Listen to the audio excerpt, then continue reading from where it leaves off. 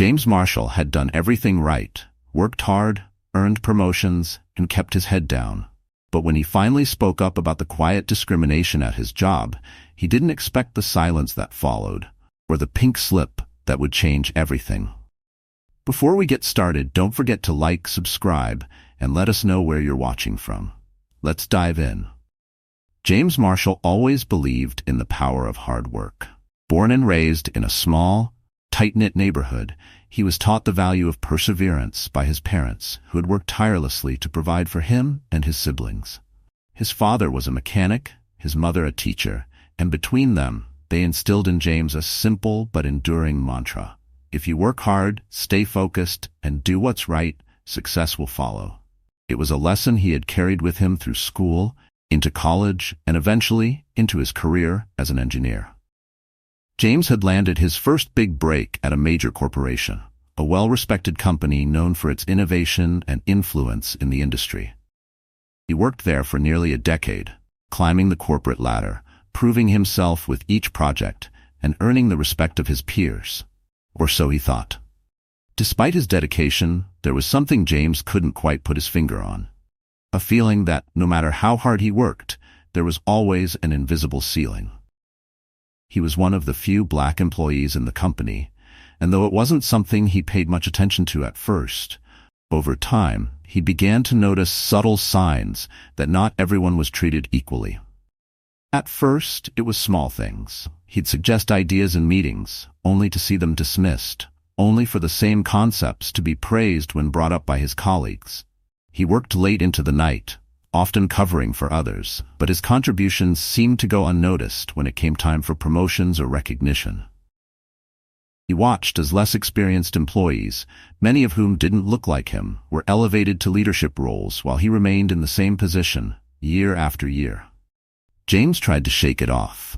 Maybe it was just office politics, he thought. He wasn't the type to jump to conclusions or play the victim. But it became harder to ignore when he overheard a conversation that made his heart sink. In the break room one afternoon, two senior managers were discussing candidates for a new leadership position. One of them mentioned James as a potential option, citing his experience and work ethic. But the other manager quickly dismissed the idea, saying, "I don't know if he's a good fit. We need someone who can really represent the company's image." The statement wasn't overtly racist, but James understood the undertone. It stung. That night, James went home with a weight on his chest that he couldn't shake. He sat down with his wife, Karen, and told her everything. She listened quietly, her face a mixture of concern and empathy. "You can't keep letting them treat you like this," she said, her voice steady. "You've worked too hard to be overlooked like this. You need to say something." Her words echoed in his mind over the next few days. He had always believed in standing up for what was right, but he had also learned that speaking out came with consequences. He had seen others who had tried to address issues of inequality in the workplace, only to find themselves marginalized or even pushed out. But James wasn't the type to sit back and do nothing. After a particularly egregious incident where a promotion he had been promised was given to someone else with far less experience, he decided it was time to act. He carefully documented everything he had witnessed, every slight, every missed opportunity, every subtle act of discrimination. With his evidence in hand, he scheduled a meeting with human resources, hoping that they would take his concerns seriously. When he walked into the HR office, his hands were steady, but his heart was racing. He knew that what he was about to do could change everything. The meeting was brief. James calmly explained his concerns, providing specific examples of what he believed to be systemic discrimination within the company. The HR representative listened, nodding occasionally, but James couldn't help but notice the lack of urgency in their response.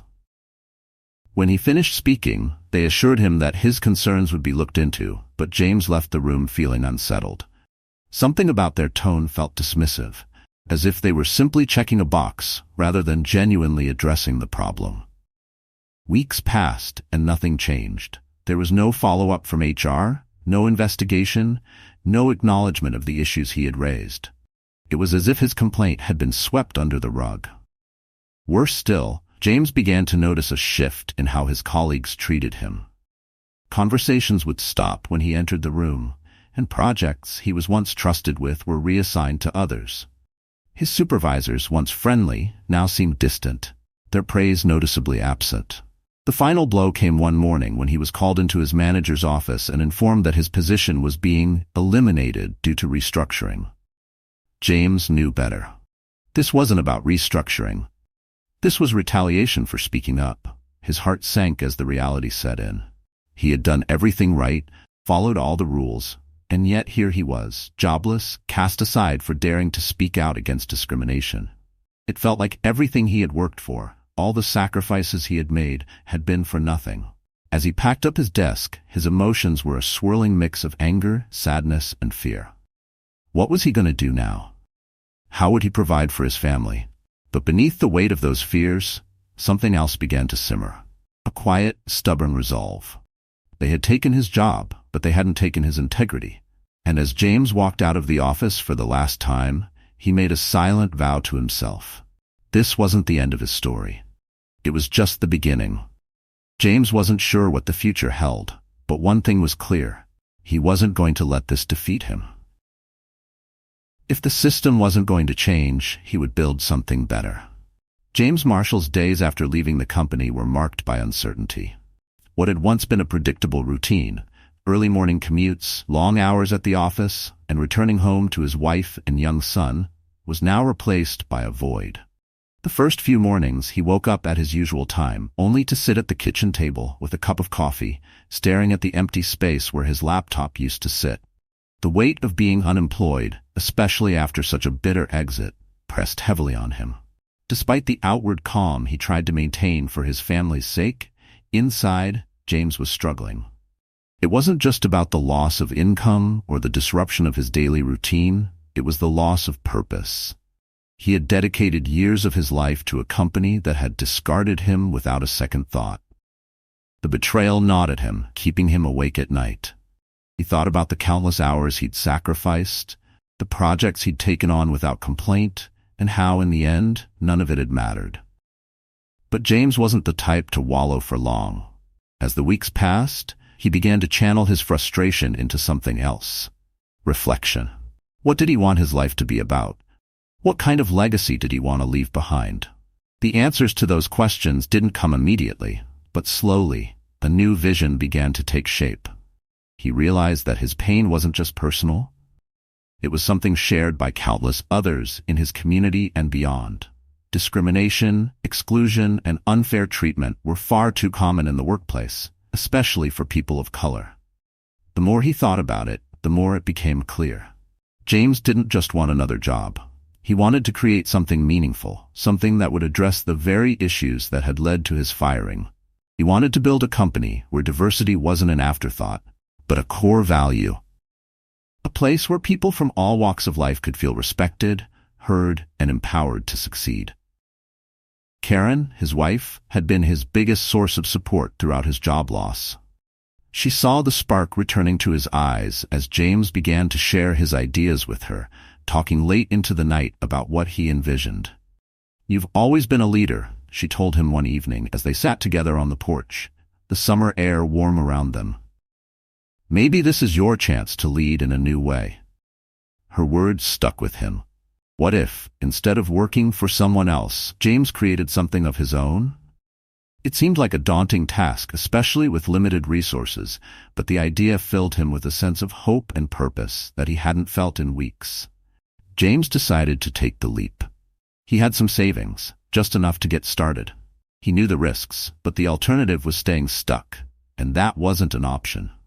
He began the groundwork for his new venture, Unity Enterprises, a business focused on diversity, inclusion, and empowering marginalized voices in the workforce. The name itself reflected James's vision for the future, a world where people from all backgrounds could unite in their pursuit of success. At first, the scope of the business was modest. James planned to offer consulting services to companies looking to improve their diversity and inclusion efforts.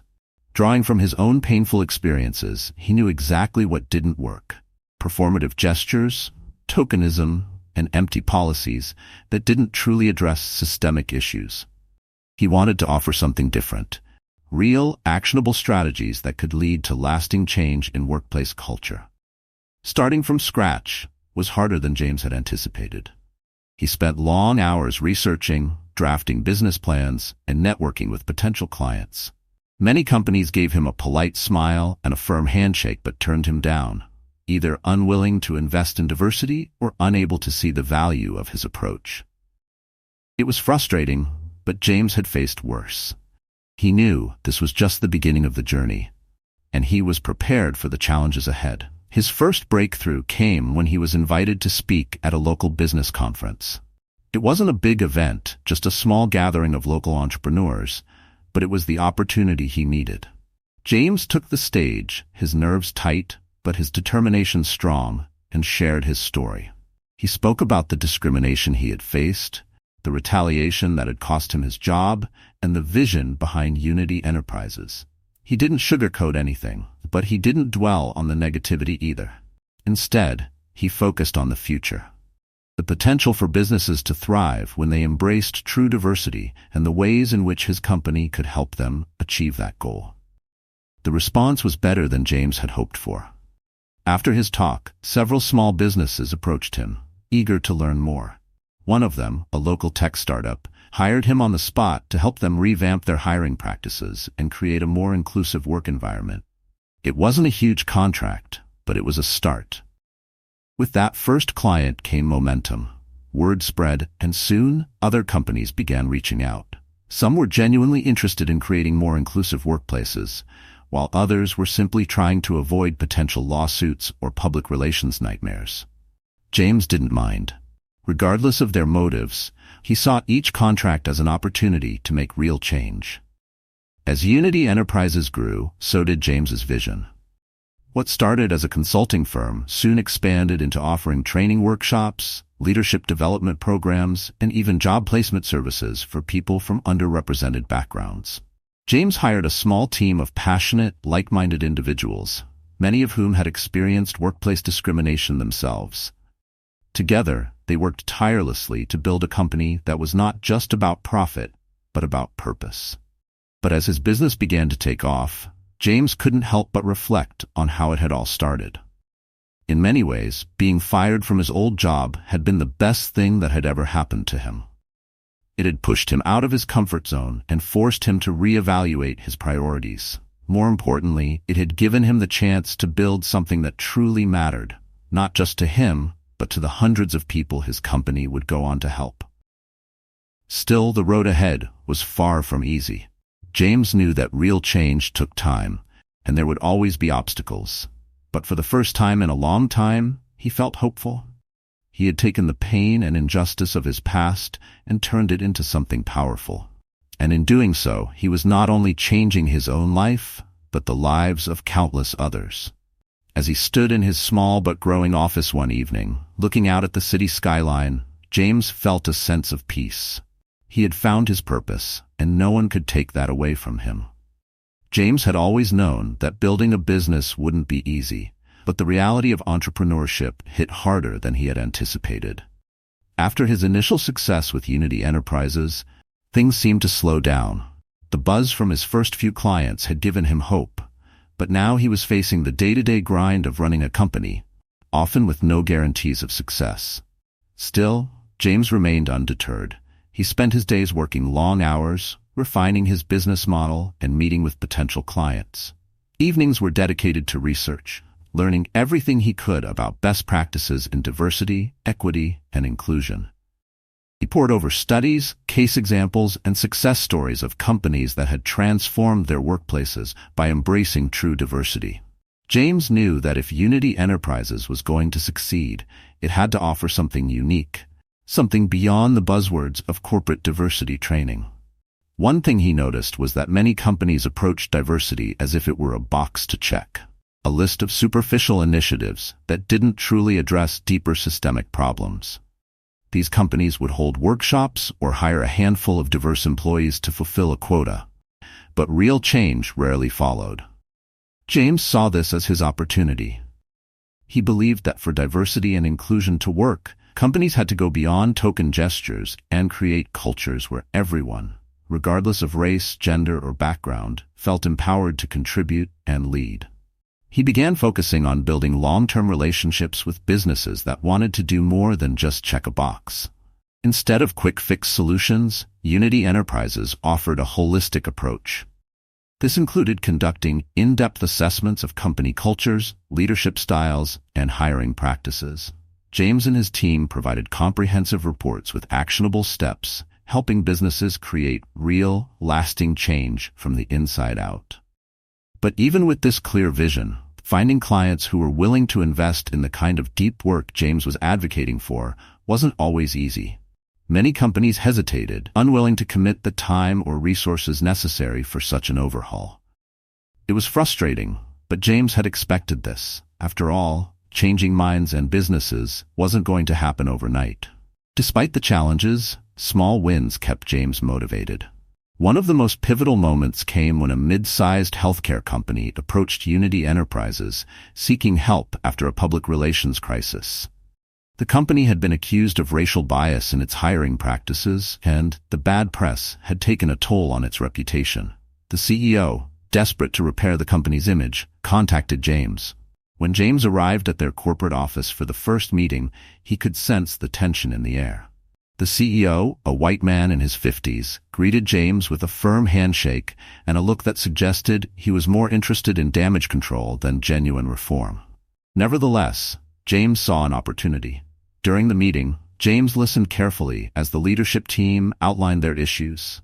There were complaints of bias in hiring, a lack of diversity in leadership, and reports of microaggressions throughout the company.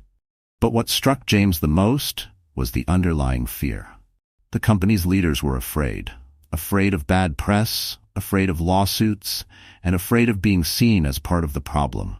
James knew that if he wanted to help, he needed to shift the conversation. "What you're dealing with isn't just about avoiding bad press," James said, looking around the room. "It's about creating a culture where people feel valued and respected. That's not something you can fix with a few hires or a PR campaign. It's going to take real work, and it starts with your leadership." The CEO shifted uncomfortably in his seat, but he didn't interrupt. James continued, explaining how Unity Enterprises could help them build a sustainable culture of inclusion. It wouldn't be easy, James warned, and it would require a long-term commitment.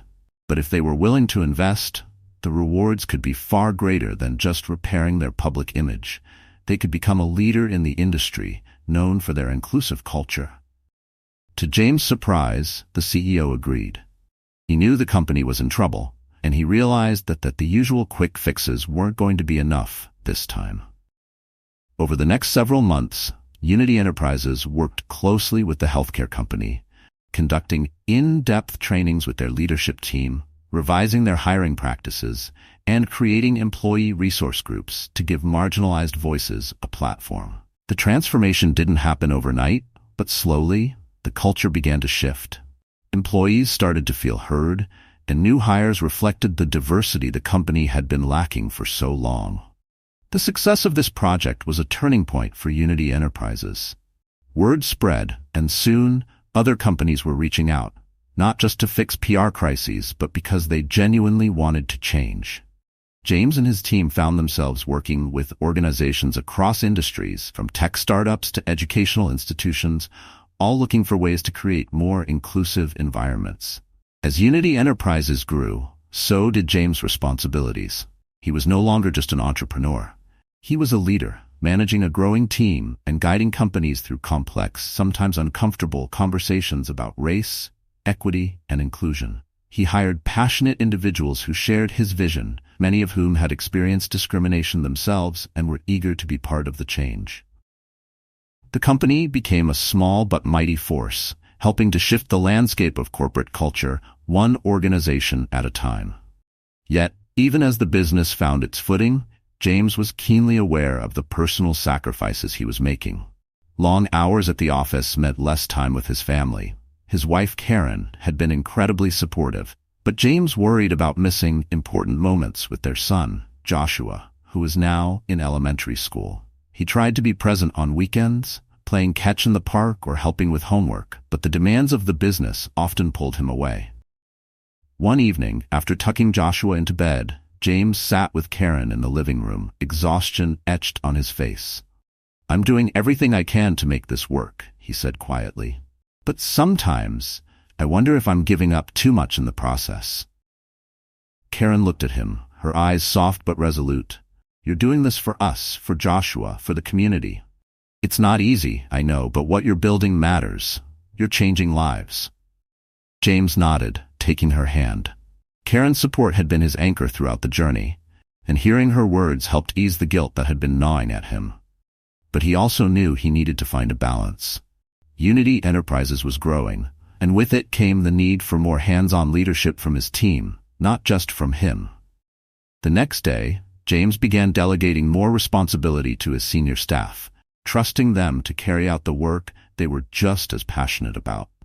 It wasn't easy for him to step back, but he knew that if Unity Enterprises was going to grow, he couldn't do it all alone. And more importantly, he needed to be present for his family. The business continued to thrive, and soon, Unity Enterprises expanded its services. Beyond consulting and training, they began offering job placement programs for individuals from underrepresented backgrounds, helping them find positions in companies that were truly committed to diversity.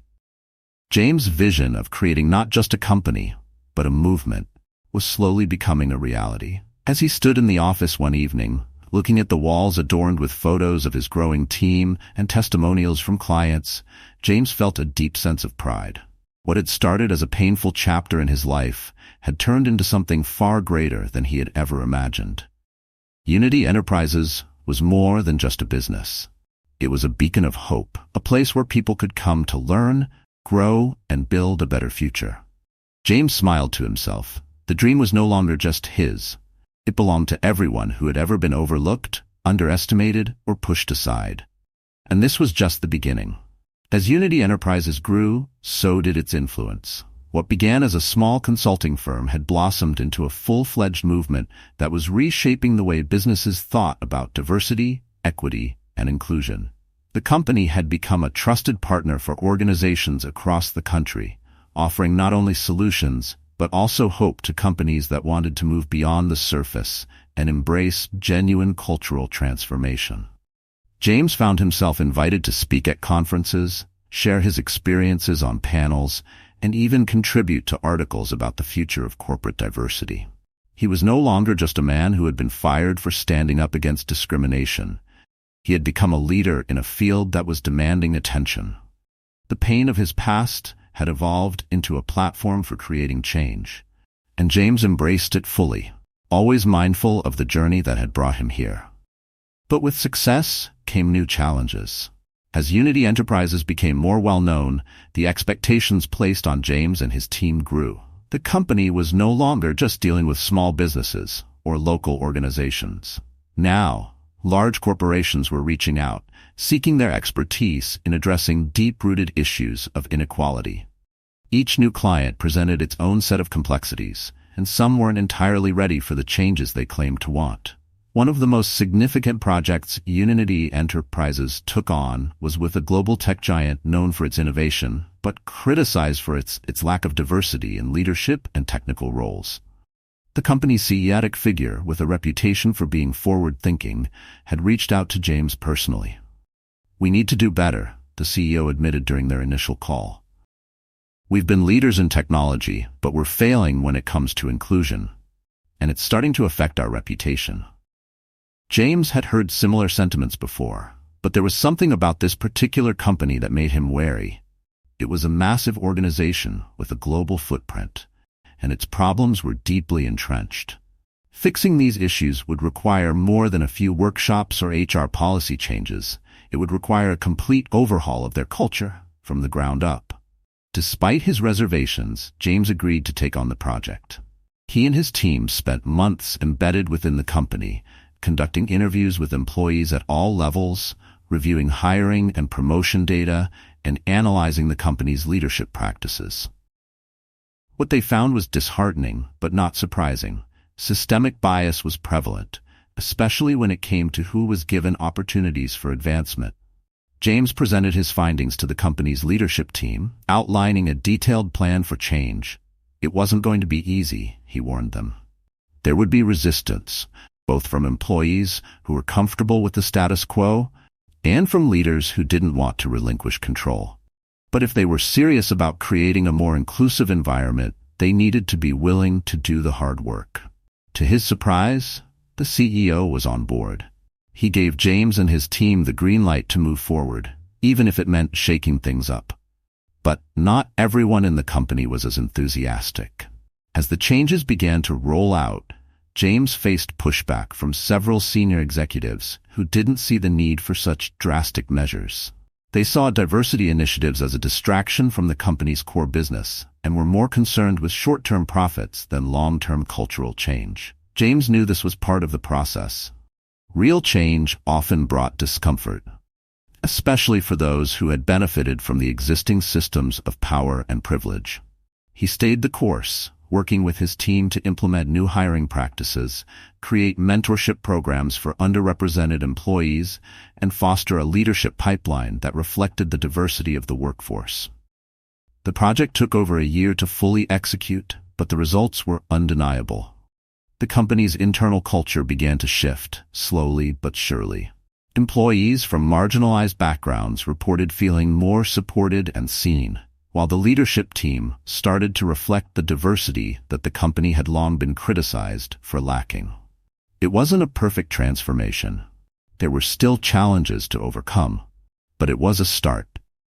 As the tech giant publicly announced its partnership with Unity Enterprises and the progress they had made, James found himself receiving more recognition than ever before. Media outlets reached out for interviews, and industry leaders praised the work he and his team had done. Unity Enterprises became synonymous with authentic diversity and inclusion, and companies far and wide wanted to replicate the success that James had helped bring about. Yet, despite all the external accolades, James remained focused on the heart of his mission: helping people. He knew that behind every policy change and diversity initiative were real individuals, people who, like him, had once felt unseen or undervalued in their workplaces. Every time Unity Enterprises helped a company make real strides in inclusion, it wasn't just about improving their bottom line, it was about giving people a chance to thrive. One day, after finishing up a particularly long week at the office, James received an unexpected phone call. The number on the screen was unfamiliar, but something about it caught his attention. He hesitated for a moment, then answered, "James Marshall?" The voice on the other end was formal but vaguely familiar. "This is David Carter from Allied Dynamics." James froze. Allied Dynamics was the company he had worked for all those years ago, the same company that had fired him after he reported the racial discrimination he'd experienced. He hadn't heard from anyone there since the day he left, and now, out of the blue, the company was calling him. "What can I do for you?" James replied, keeping his tone neutral. David, now a senior executive at Allied Dynamics, explained that the company had been following Unity Enterprises' success closely. They were impressed by the work James had done and wanted to explore the possibility of a partnership. "We're looking to revamp our diversity and inclusion initiatives, and we think you're the right person to help us do that," David said. James listened carefully, his mind racing. The irony of the situation wasn't lost on him. The very company that had once pushed him out for daring to speak up about discrimination was now coming to him for help. He could feel the weight of the decision before him. Part of him wanted to say no, to reject the offer outright as a form of poetic justice. After all, why should he help the company that had once done him so much harm? But as he sat there weighing his options, James realized something important. This wasn't about personal vindication. It wasn't about proving anything to Allied Dynamics or holding on to old grudges.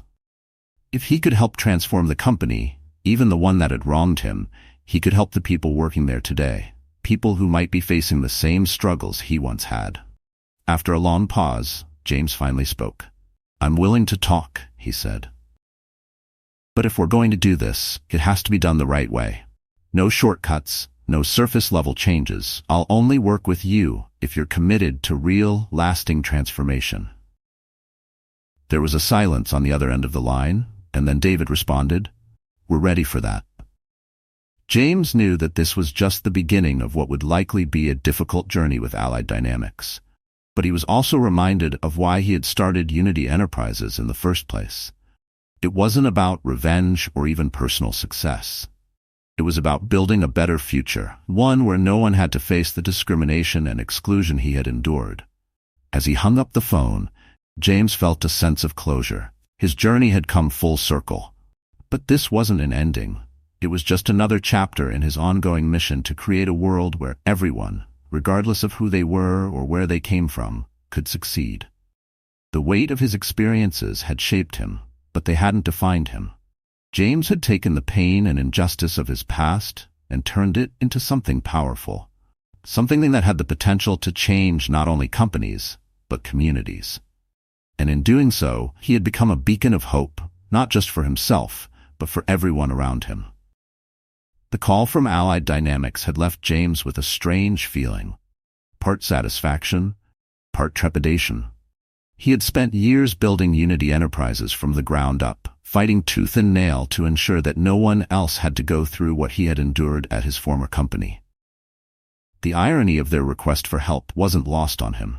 He had built something extraordinary out of his pain, and now the very people who had dismissed him were seeking his expertise. It was the kind of poetic justice that most people only dream of. But James knew that his mission had always been about more than personal vindication.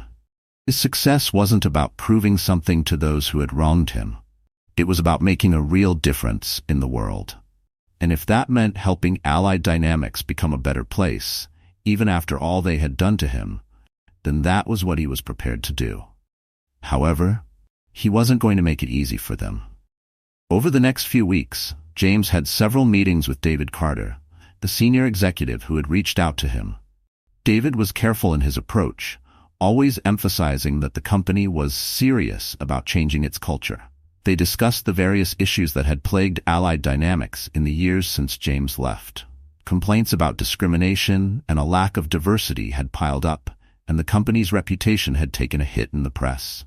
Their bottom line was suffering, as more and more clients and employees began to value inclusivity, and Allied Dynamics had failed to keep up with the times.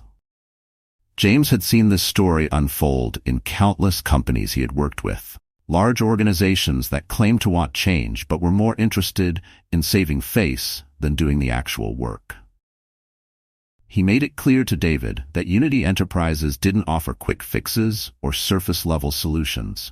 If Allied Dynamics wanted real change, they would have to dig deep and commit to a long, often painful process of transformation. James wasn't going to be part of a marketing stunt or a token diversity initiative. David assured him they were ready for it, but James remained skeptical. Actions, not words, would prove their commitment. As the partnership progressed, James took his time analyzing Allied Dynamics' culture, much as he had done with the tech giant before. He interviewed employees at all levels of the company, paying special attention to those who had been most marginalized. He listened to their stories of exclusion, bias, and frustration, stories that mirrored his own experience from years ago. The company had not changed as much as it claimed. Systemic bias was still rampant, especially in promotion practices and leadership opportunities. Women, people of color, and other underrepresented groups were consistently passed over for roles they deserved, while those in power clung to the status quo. The challenge was immense, but James felt a renewed sense of purpose. If he could help transform Allied Dynamics, a place that had once symbolized everything wrong with corporate culture, then he could help create a ripple effect that would extend far beyond one company. He assembled a team of his best consultants and got to work. The process was painstaking. They started with leadership, knowing that true change had to come from the top. James worked closely with the company's executives, facilitating difficult conversations about privilege, bias, and the ways in which their own actions had contributed to the problems within the company. It was uncomfortable for many of them, especially those who had benefited from the existing power structures. But James didn't back down. He knew that real change required discomfort. At the same time, Unity Enterprises implemented a series of initiatives designed to empower the employees who had been overlooked. They developed mentorship programs, leadership pipelines, and new hiring practices aimed at ensuring equal opportunities for everyone. For the first time in its history, Allied Dynamics began to promote people based on merit rather than connections or bias. But the process wasn't without resistance. Several senior executives pushed back, arguing that the changes were unnecessary or even harmful to the company's profitability. They saw diversity as a box to be checked, not as an essential component of the company's future success. James had anticipated this and prepared for it. He made it clear that any real transformation would take time, and that short-term discomfort was a small price to pay for long-term success. Some of those executives eventually left the company, unable to adapt to the new culture James was helping to build. As the months passed, the culture at Allied Dynamics began to shift. It was slow at first, small changes that seemed insignificant in the grand scheme of things. But as more employees began to feel heard and valued, the transformation became more noticeable. Employee morale improved, and with it, the company's productivity. For the first time in years, people felt like they belonged, like they were part of something bigger than themselves. James watched the progress with a sense of pride, but he never allowed himself to get too comfortable. He knew from experience that progress could be fragile, and that it would take constant effort to maintain the gains they had made. Still, the results were undeniable. Allied Dynamics had gone from being a toxic workplace to one where people were excited to come to work, where diversity wasn't just a buzzword, but a core value. As the project neared completion, Allied Dynamics made a public announcement, praising the work Unity Enterprises had done and highlighting the changes they had made.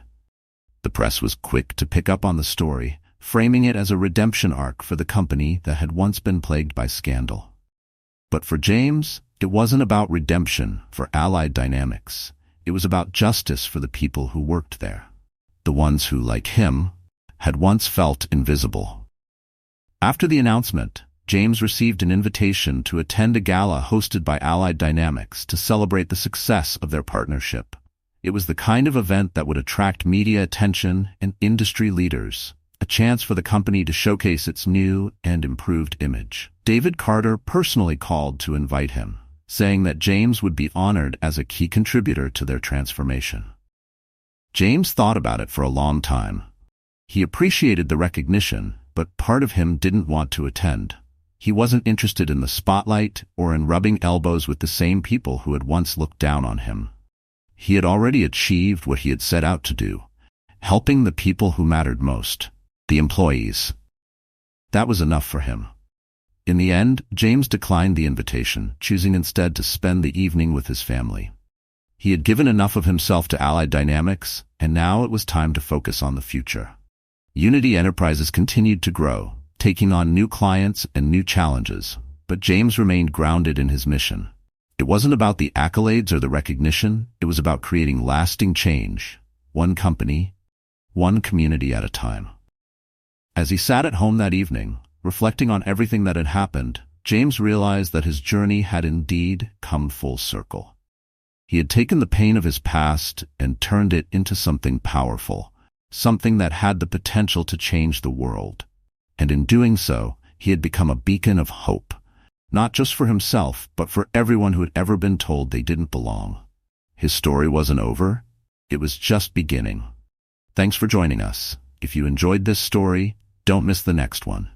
Click on the video now to watch. We appreciate your support, and we'd love to hear your thoughts in the comments.